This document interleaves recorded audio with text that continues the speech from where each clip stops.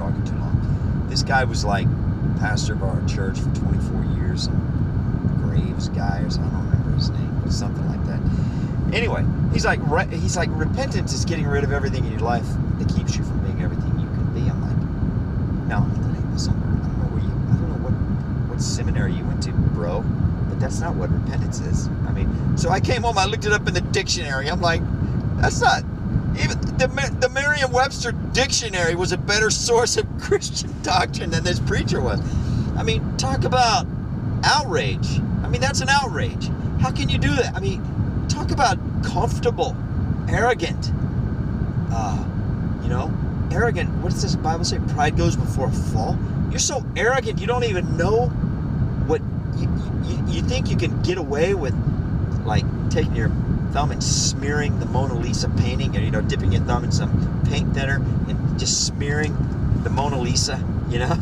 Going to an art museum and just put a smear. You think you could just smear the Bible, just like, figuratively smearing words around and redefining things because you like it better that way or whatever? It's like, no, you can't get away with that. I don't care how many years, It's like 24 years. I don't care about 24 years.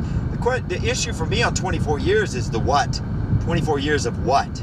I don't care about 24 years. I'd rather have 5 minutes of true, Bible teaching, sincere, genuine insight and interest and passion, from a real human being, somebody who hasn't reduced themselves to the status of a poodle or a slave. I'd rather have 5 minutes of that than 240 years of some poodle or some slave telling me some nonsense. That's my view on things. Just give me 5 minutes of truth, and you can keep your 500,000 gallons of filthy lies and trash and distortions. That's the way I think. I don't need your filth and your lies and your distortions. Same thing with what's his face over at Bridgepoint. Gets up there and he's like disseminating historical heresy and acting like it's brilliant.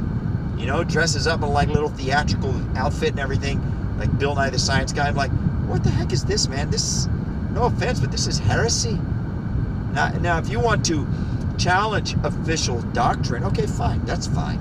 I don't mind that. I mean, I wouldn't have any objection to that. But don't get up there and disseminate what has traditionally been considered heresy because it's modalism, acting like it's brilliant, and not telling people that it is traditionally considered heresy. I mean, that's like spreading ignorance, That's like you're a preacher of ignorance, and not to mention heresy. But let's just ignorance and heresy. It's like, no, you can't do that, man. You got to be more like the Apostle Paul. You got to be humble, not proud. Look at what pride leads to. It leads to ignorance. It leads to ignorance and heresy. It leads to debasement. And you preachers, you're like, our society. You love to get up and talk about society when it's politically correct and when you know that you're going to get the approval of people. But why don't you talk about the fact that they're cutting little babies up into pieces and selling the parts? Why don't you talk about that sometimes? Oh, I know why you won't talk about it. Because you're slaves and you're poodles. You want your paycheck. And you want the approval of your constituency. You know what? At the end of the day, you're going to be tossed aside for being superficial, shallow, sellout, cheeseball poodles and slaves to a corrupt world system. You're going to be tossed out. You're winning the approval for a short period of time because that type of approval and that kind of success is always short-lived, So, I don't know. I just encourage everybody, preachers and everybody, think about that verse, Romans 7:21, unless I'm mistaken. I think that's what it is. When I find this law at work, when I try to do good, evil is right there with me. Remember that for yourself, but remember it also for the guy with the title. He might be so completely ignorant and oblivious to that verse that he's been completely overtaken by evil. Because that's all you got to do to win against evil is to be aware. I mean, that's basically, evil is so weak and so pathetic that all you got to do, it's when people start denying and smearing words and smearing things around and pretending like things don't exist when they do. that's the problem. It's not like it's hard to win against evil. Evil is idiotic. Evil is stupid. Evil is irrational, illogical. Doesn't make any sense. It's ugly. It's vile. It stinks. It's deformed. I mean, it's retarded. Evil. That's what evil is. You know. But when people start justifying, calling retardation intelligence, calling ugly beauty, calling death life, black, white, sweet, sour, happy, sad, sad, happy, white, black. I mean, whatever. When they start mixing, when they start calling things the opposite of what it is, or some prettied up, what's the word? Euphemistic, happy version of what it is. That's when the end. That's the beginning of the decline. It's the beginning of the end, because it's like, you're not going to allow me to call that pile of horse shit.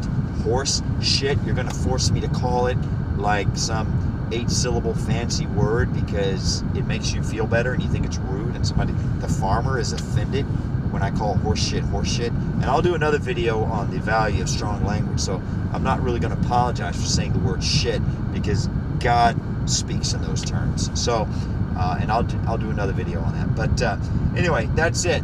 Remember, that guy, if he's not aware of the fact, and you can tell whether, if he doesn't talk about the fact that when he tries to do good, that evil is right there with him, that he thinks he's better than the Apostle Paul, either that or he's oblivious and he's just spitting out these cliches that they taught him in seminary, which probably the seminaries are just big factories for nonsense, like universities are factories for nonsense. Probably, I would assume. It appears to be the case. Then the same is true of him. The same is true for you. The same is true for him. Don't look up to him or her. You don't get awarded righteousness on a vicarious basis because that dude is righteous and you're his friend, or you go to his church or his Bible study, or her Bible study or her church. That's not the way it works. It's all based upon your own merit, and so the struggle is within yourself. The struggle is within ourselves. I keep saying you're like I'm excluded. No, the struggle is within ourselves, and so that's an excellent verse to remember. Hey, it's encouraging, right? Because if it was true for the Apostle Paul, and it's obviously true for me, well then, what do I have to feel bad about? I mean, it was Apostle Paul, I had somebody call me recently talk about being tempted. I'm like, hey, Jesus was tempted. Don't feel bad about being tempted. There's nothing wrong with being tempted. We're all tempted. I mean, for crying out loud, right? I mean, come on. We're all tempted. I mean, let's just be honest about it, and let's just, laugh about it, because it's true, There's nothing wrong with being tempted. It's what you do in reaction to the temptation. That's what counts, So even Jesus was tempted. So I think it's cool. I think that's an amazing little, hidden golden nugget for me. I think it's awesome. All right, God bless everybody. Hope you like this video. Bye.